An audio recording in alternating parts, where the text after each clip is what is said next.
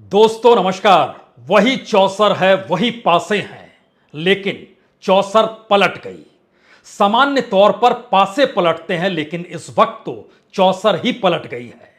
राजनीति के तुर्रम खान जो कल तक खुद को समझते थे, उन्हें भी समझ में नहीं आया कि जिस तेजी से भारत के भीतर हिंदू राष्ट्रवाद का तमगा लिए कल तक सियासत साधी जाती थी, आज वो मुश्किल में क्यों आ गई। यह भी समझ में नहीं आया कि इस दौर में जातीय समीकरण के आधार पर सोशल इंजीनियरिंग का जो पाठ इस देश के भीतर पढ़ाया गया, वह भी बेलगाम कैसे हो गया। यह भी समझ में नहीं आया कि जिस राष्ट्रवाद, जिस नेशनलिज्म के आश्रय फर्स्ट नेशन या नेशन फर्स्ट का नारा देते हुए एक पार्टी खुद को आगे बढ़ा हुआ मानती चली गई, ये जानते समझते हुए कि भारत के राष्ट्रीय आंदोलन में उसकी भूमिका नहीं के बराबर, बावजूद उसने एक झटके में राष्ट्रवाद के नारे तले सब कुछ हड़पने की कोशिश इस देश में शुरू कर दी। लेकिन बहुत सिलसिलेवार तरीके से इस राजनीति की महीन गलियों में अब जरा कदम रख के एक क्षण के लिए सिर्फ यह सोचिए, जिन बातों का जिक्र बीते 9 बरस से हो रहा था, अगर कोई एक झटके में उसे 6 महीने के भीतर छीन ले और एक एक करके तमाम पायदान पर वह राजनीतिक दल दूर और हाशिए पर भटकता हुआ दिखाई दे, तो उस राजनीति और उस राजनीतिक दल की स्थिति क्या होगी। तो क्या वाकई राहुल गांधी ने भारत जोड़ो यात्रा और उसके बाद कर्नाटक की चुनावी जीत और उसके बाद इंडिया शब्द जिस रूप में आत्मसात राजनीतिक तौर पर किया, उसने बीजेपी को संकट में डाल दिया, उसने आरएसएस के सामने मुश्किल खड़ी कर दी, उसने बीजेपी और आरएसएस के उस चेहरे को एक झटके में गोते लगाने पर मजबूर कर दिया, जहां एनडीए की बैठक में खुद के बारे में कहने से हटकर खुद प्रधानमंत्री नरेंद्र मोदी, जो एनडीए की बैठक में अगुवाई करते हुए चेहरा लिए नरेंद्र दामोदर दास मोदी के तौर पर थे, और वह बताने में लग गए कि उनसे जो भी गलतियां हुई उन गलतियों को भूल जाइए। तो क्या ऐसी स्थिति इस तेजी से आएगी, किसी ने इसकी कल्पना की थी। हमें लगता है कि राजनीतिक गलियों से आज गुजरने की जरूरत है, जिसके दायरे में हिंदू राष्ट्रवाद आता है, जिसके दायरे में इस देश में नेशनलिज्म आता है, जिसके दायरे में इस देश में हर मुद्दा और कमोवेश हर पॉलिसी को लेकर अगर बीजेपी ने पाठ यही पढ़ाया कि राष्ट्रवाद यही है, और एक झटके में वही राष्ट्रवाद उनकी अपनी राजनीतिक जमीन को ही छीन ले, तो बचेगा क्या। शायद इसीलिए इस दौर में प्रधानमंत्री नरेंद्र मोदी या एनडीए की अगुवाई करते नरेंद्र मोदी बौखलाए हुए हैं। उनके सारे शब्द, उनके सारे भाषण, उनके सारे तर्क एक झटके में अपने आप को बचाने की ऐसी लड़ाई लड़ रहे हैं जहां उन्हीं का राष्ट्रवाद उन पर भारी पड़ जाए। तो आइए इस गली से गुजरते हैं। इसकी शुरुआत तो हमें लगता है नोटबंदी से कीजिए। जब नोटबंदी इस देश में लागू की गई, तो प्रधानमंत्री के उस भाषण को आज भी उठाकर देख लीजिए। नोटबंदी इस देश के लिए क्रिएट की गई थी। यह एक नेशनलिज्म था, जिसमें इस देश की ब्लैक मनी जो इस देश को खोखला कर रही है, इंडिया को खोखला कर रही है, उसको कहीं ना कहीं अनुकूल करना था, साधना था। जो टेररिज्म के पास पैसा जा रहा है, वह इस देश और इंडिया को किस तरीके से एक लिहाज से मुश्किल हालातों में ले जा रहा है, उसे भी साधना था, और इंडिया की जरूरत यही थी। उसके बाद याद कीजिए, जब जीएसटी आया, एक देश और एक टैक्स का जिक्र हो रहा था। एक देश के भीतर कई टैक्स कैसे चल सकते हैं, और तब भी इंडिया का ही जिक्र था। इंडिया को राष्ट्रवाद से जोड़ा गया, और राष्ट्रवाद की पूजा कोई दूसरी पॉलिटिकल पार्टी नहीं करती है, बल्कि खुले तौर पर बीजेपी करती है, और नरेंद्र मोदी उसके अगुवा लीडर हैं। तो जीएसटी भी उसी दायरे में जाकर सिमट गया। इन दोनों परिस्थितियों के बीच आपके जहन में राफेल डील भी आनी चाहिए। सुप्रीम कोर्ट के भीतर जब राफेल डील को लेकर बहस चल रही थी, तो उस दौर में एक ही पार्ट सुप्रीम कोर्ट में आखिरी सुनवाई, आखिरी बहस के दौरान जो सॉलिसिटर जनरल ने कहा, उन्होंने कहा नेशनल सिक्योरिटी के लिए, यानी इंडिया पर कोई खतरा ना हो, इसके लिए हम आपको कीमत नहीं बता सकते हैं। नेशनल सिक्योरिटी का यह पाठ एक बार फिर जासूसी कांड के वक्त आया।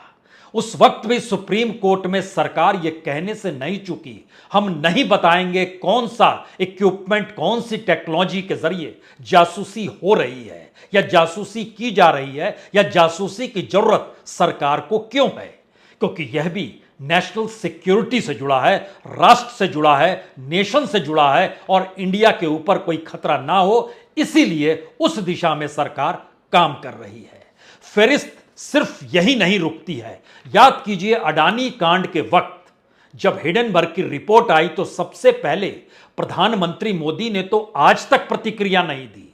सुप्रीम कोर्ट के भीतर मामला जरूर गया, लेकिन जब तक यह सुप्रीम कोर्ट के भीतर मामला नहीं गया था तब तक एक ही शख्स इस देश में राष्ट्रवाद, नेशनलिज्म और इंडियन होने पर गर्व महसूस कर रहा था। वह कोई दूसरा शख्स नहीं था, वह खुद गौतम अडानी थे, जिन पर आरोप था कि कैसे शेयर बाजार के मैनिपुलेशन के जरिए उन्होंने अपनी जो नेटवर्थ थी और अपने जो पूरे के पूरे जो भी कैलकुलेशन था उसको बढ़ा हुआ दिखाया गया। उसमें भी नेशनलिज्म था, उसमें भी इंडियन का एस्पेक्ट था। धारा 370 उसमें भी नेशनलिज्म का पुट था, भाई एक देश एक विधान, यही तो नारा था और आज से नहीं 1950 से था। लेकिन पार्लियामेंट के भीतर भी तमाम फैक्ट्स को रखते वक्त सरकार ने यही कहा, राष्ट्र के हित में है, इंडिया एक ही है, एक इंडिया के भीतर दो इंडिया नहीं हो सकते हैं। और इसी लकीर को पकड़ते हुए ध्यान दीजिए तो यूसीसी यूनिफॉर्म सिविल कोड भी उसी दायरे में आकर सिमट गया है। यहां पर भी एक देश एक कानून का जिक्र है, जिसके जरिए इस देश के भीतर में कई कानूनों के जरिए देश चलाया नहीं जा सकता है और इंडिया एकमात्र है। नेशनलिज्म की इस परिभाषा के दायरे में भारत की राजनीति में हिंदू राष्ट्रवाद कहीं चुपके से आरएसएस ने उसकी भी एंट्री कराई और मैसेज यही दिया कि हिंदू हिंदुत्व क्यों मायने रखता है। और एक झटके में गुजरात और उत्तर प्रदेश जो पहली और दूसरी प्रयोगशाला बीजेपी के राजनीतिक तौर पर रही, उसमें कौन सा पाठ इस जरिए पढ़ाया गया? पाठ एक ही था, नेशनलिज्म, राष्ट्रवाद, हिंदू राष्ट्रवाद और हिंदुत्व के आश्रय हिंदू राष्ट्रवाद के दायरे में कहीं ना कहीं मुस्लिम और पाकिस्तान का जिक्र भी होते चला गया। और एक झटके में वो तमाम धर्मनिरपेक्षता, वो पूरा का पूरा सेकुलरिज्म या उससे सटे हुए राजनीतिक दल जो बार बार कॉन्स्टिट्यूशन को देखते थे, उनको एक झटके में नेशनलिज्म के खिलाफ खड़ा किया गया, उनको एंटी नेशनल माना गया। देशद्रोही के कितने मामले इस देश में एक के बाद एक 2014-15 से जो दर्ज होने शुरू हुए, तो जब तक सुप्रीम कोर्ट नहीं जागा और सुप्रीम कोर्ट ने उस पर रोक नहीं लगाई तो देश के भीतर ही उस अंग्रेजों के द्वारा बनाए गए कानून को लागू करने से भी सरकार सत्ता नहीं घबराई, नहीं कतराई। और इस पूरी प्रक्रिया के भीतर दो ही तो मंत्र थे और दो ही तो यंत्र थे। यह दोनों परिस्थितियां क्या थी? एक तरफ मोदी सत्ता थी, दूसरी तरफ गोदी मीडिया था। गोदी मीडिया ने जिस प्रोपेगेंडा के आश्रय नेशनलिज्म को परोसना शुरू किया, उसने इस देश के भीतर में बताया कि दरअसल जो भी सवाल खड़ा करता है या जो भी मोदी सत्ता से कोई सवाल पूछता है, वह दरअसल भारत के हक में नहीं है, वह एंटी नेशनल हो सकता है, वह किसी ऐसे गुट का कहलाया जा सकता है जिसको बर्दाश्त नहीं हो रहा है कि पहली बार सरकार राष्ट्रवाद के जरिए इस देश में काम कर रही है और कोई सवाल कर दे। यह स्थिति भारत की राजनीति के भीतर शायद पहली बार थी। लेकिन भारत जोड़ो यात्रा की उस दौर की समझ और राजनीति और सरोकार को अगर आप ध्यान में दें तो पहली बार कांग्रेस ने यह पाठ पढ़ा, समझा और राहुल गांधी ने उसको बहुत निकटता से देखा और समझा इस बात को लेकर कि इस देश में अलग अलग जातियां हैं, अलग अलग समुदाय हैं, अलग अलग संस्कृति है, लेकिन बावजूद इसके क्या ऐसी राजनीति इस देश में कतई काम नहीं करेगी जहां नैतिक तौर पर कोई इस बात का जिक्र करे कि हम सभी तो इसी देश के नागरिक हैं, फिर उन्हें कहीं हिंदुत्व के नाम पर, कहीं हिंदू राष्ट्रवाद के नाम पर, कहीं नेशनलिज्म के नाम पर उनके सवालों का जवाब देने के बदले उन्हीं पर सवाल कर उन्हीं को कटघरे में खड़ा क्यों किया जाता है? और शायद राजनीति का यह पाठ इस दौर में उस रियल पॉलिटिक्स के काउंटर में खड़ी हो गई, जिस रियल पॉलिटिक्स के भीतर जोड़ तोड़ थी, वोटों के समीकरण थे, मुद्दों के आश्रय अपने अनुकूल परिस्थिति बनाने की सोच थी। और ध्यान दीजिए, इस झटके में पहला बड़ा झटका हिंदुत्व के आश्रय कर्नाटक में उस वक्त लगा जब बजरंग दल पर प्रतिबंध का ऐलान किया गया और बीजेपी और आरएसएस ने पूरे देश में डुगडुगी बजा दी कि दरअसल ये बजरंग बली के खिलाफ हैं। हिंदुत्व की राजनीतिक परिभाषा को गढ़ते हुए लगातार वोट को अपने अनुकूल करने का हुनर आरएसएस के पाठ और बीजेपी का फायदा, इससे हटकर आपको दिखाई भी नहीं देगा। तमाम जगहों पर यह पाठ बार बार पढ़ा गया। लेकिन जब कर्नाटक ने बीजेपी को हार दे दी, उस चेहरे को हार दे दी जिस चेहरे के आश्रय बीजेपी अपने आप को हमेशा जीतती हुई महसूस करती थी और आरएसएस को लगता था कि दरअसल उसके भीतर के जो विचार हैं, उसके भीतर की जो धारा है, उसको अगर गवर्नेंस के जरिए मोदी सत्ता इस देश में धीरे धीरे सही लागू कर रही है तो क्या फर्क पड़ता है। लेकिन जनता के सामने यह बड़ा सवाल था, क्या वाकई यही देश की संस्कृति है, यही देश की समझ है, यही देश का संविधान है, और क्या इंडिया का मतलब यही है। और यह सवाल जो शुरू हुआ कर्नाटक की राजनीतिक हार के बाद, इंडिया शब्द ने एक झटके के भीतर उस तमाम राजनीतिक सत्ता की चूलें हिलानी शुरू कर दी और उस गोदी मीडिया के सामने एक बड़ा सवाल खड़ा हो गया। अब वह किस भाषा में और किस तरीके से उन सवालों पर जवाब नहीं मांगेगा जो सवाल इंडिया कर रहा होगा। और शायद इसीलिए ध्यान दीजिए, सबसे ज्यादा एग्रेसिव रहने वाले असम के मुख्यमंत्री ने एक झटके में इंडिया शब्द हटा दिया और भारत चस्पा कर दिया। उसके बाद बीजेपी के भीतर और सोशल मीडिया और आईटी सेल बीजेपी का है, उसने भी सवाल खड़ा किया कि इंडिया तो अंग्रेजों की देन है, हम तो हिंदुस्तान हैं। ये भूल गए कि हिंदुस्तान भी पहली बार मुगलिया सल्तनत में दिया गया था। लेकिन फिर भी लड़ाई भारत की होनी चाहिए, यह शब्द भी उभर कर आने लगा। लेकिन कल जब एनडीए की बैठक हुई और उस बैठक के आखिर में प्रधानमंत्री का जो भाषण चला, उस भाषण के एक एक लफ्ज को सुनिए और पढ़िए, क्योंकि उसमें गुहार लगाई जा रही है कि हम सही हैं, हमारे अनुकूल आप लोग खड़े रहिए, हम ही को वोट दीजिए और हमको तीसरी बार जिता डालिए।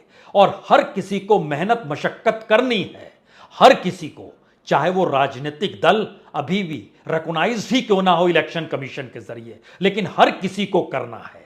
और जाति समीकरण के आश्रय बीजेपी के भीतर 17 नेता ऐसे हैं जो सिर्फ जातीय राजनीति के आधार पर बड़े हुए और उनकी राजनीति साधने की कला वही थी, वह एनडीए में शामिल हो गए। दूसरी तरफ इंडिया के भीतर ऐसे 7 नेता हैं जिनकी जातीय राजनीति के जरिए पहचान है।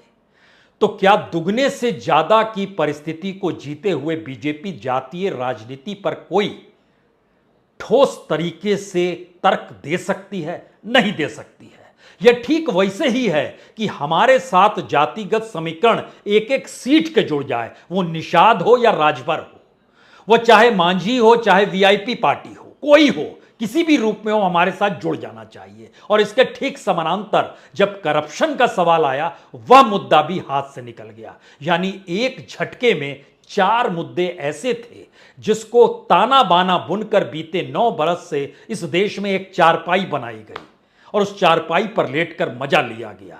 वो 4 ताने बाने हिंदुत्व का राग था, वो राष्ट्रवाद और नेशनलिज्म की धुन थी, उसमें जातीय समीकरण के आधार पर इस देश को बांटने की कला थी। और इन परिस्थितियों के आश्रय एक जिक्र करप्शन का था और सामने वाले को भ्रष्ट बताते हुए खुद को पाक साफ बताने की सोच थी। और उसके लिए हथियार तैयार किए गए। इस देश के भीतर में जांच प्रीमियम एजेंसी, जिसको ईडी कहिए या सीबीआई कहिए, उसके जरिए चीजों को क्रिएट किया गया। लेकिन एक झटके में कर्नाटक के दौर में हिंदुत्व का राग और अब इंडियन शब्द आने के साथ राष्ट्रवाद की परिस्थिति जब धराशायी हुई है, तो इस देश की राजनीतिक मैथमेटिक्स और केमिस्ट्री एक झटके में बीजेपी को डराने लगी है।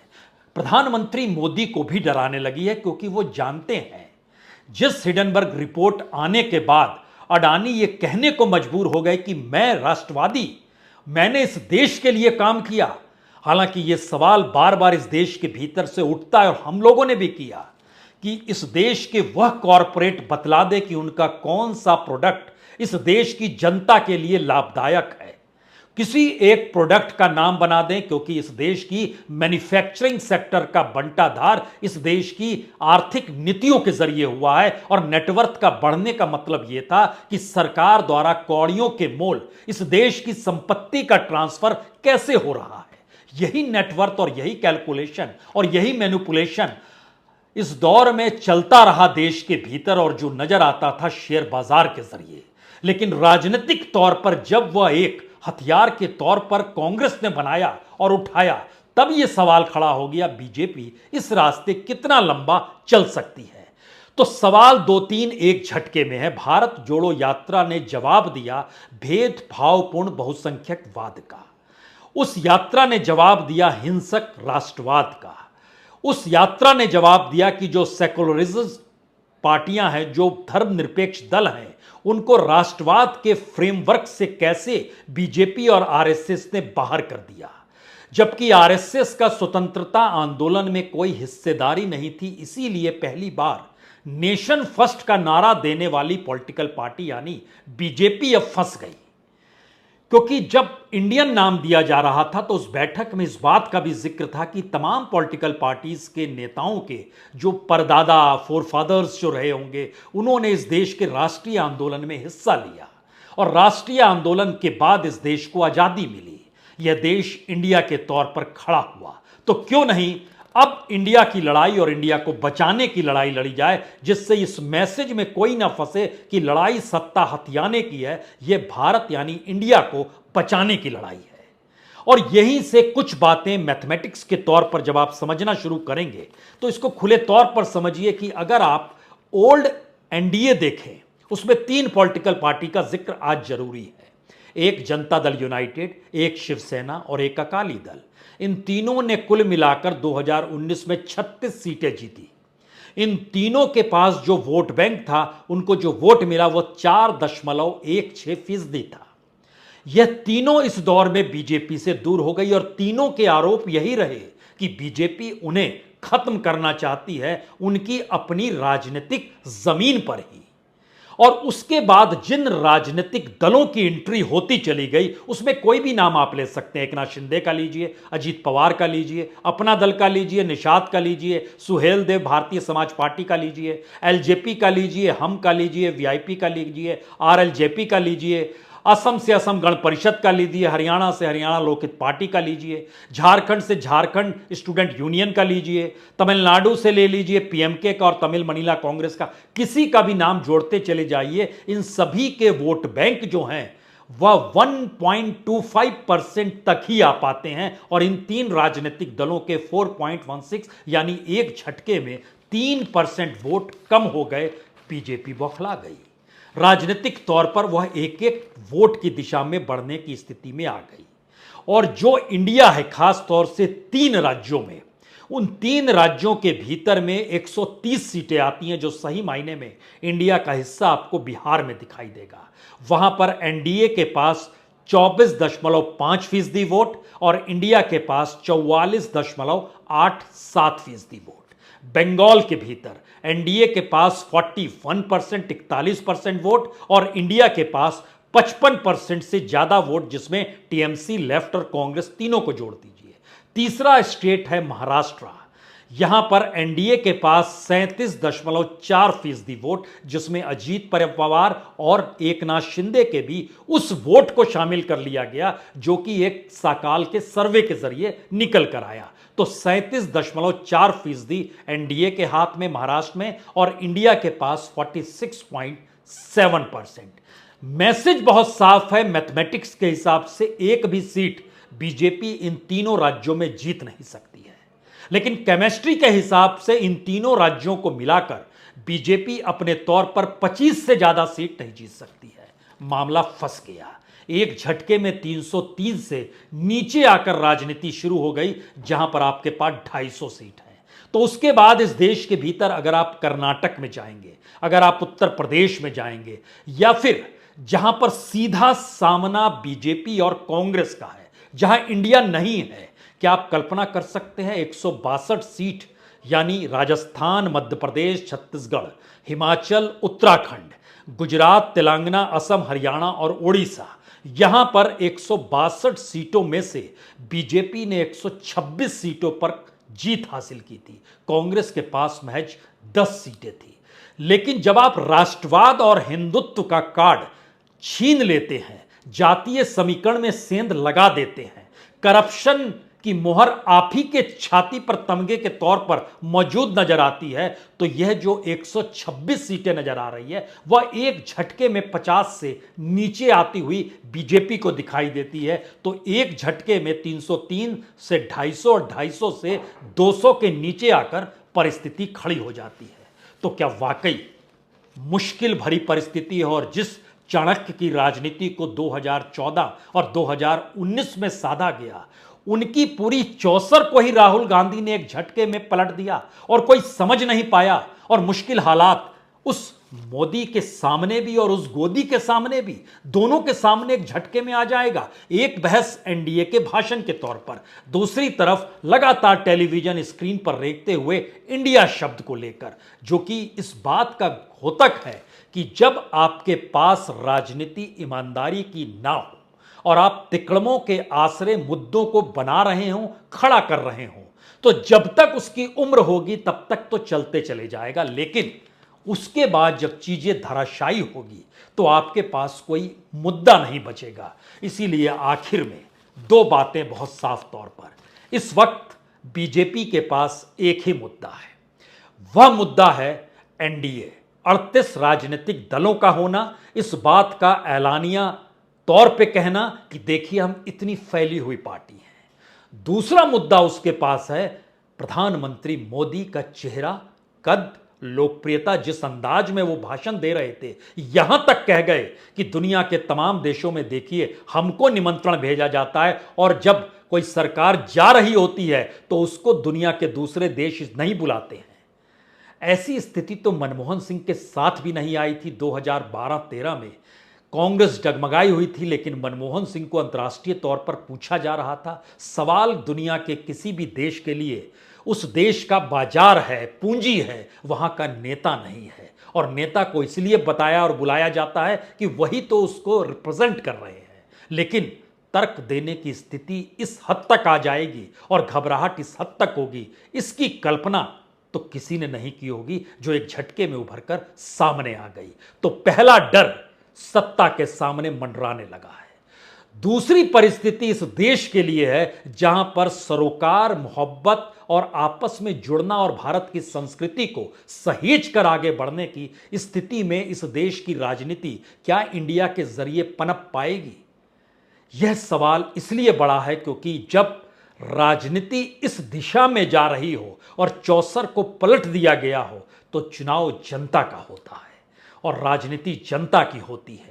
दबाव जनता का होता है, फैसला जनता का होता है। तो इंतजार भी आपको उसी जनता का करना है कि अब उसके अनुकूल मोदी सत्ता की राजनीति चल पाएगी या नहीं चल पाएगी, या फिर लाल किले के प्राचीर से कहीं हम आखिरी भाषण प्रधानमंत्री का सुनेंगे तो नहीं। बहुत बहुत शुक्रिया, बहुत बहुत शुक्रिया।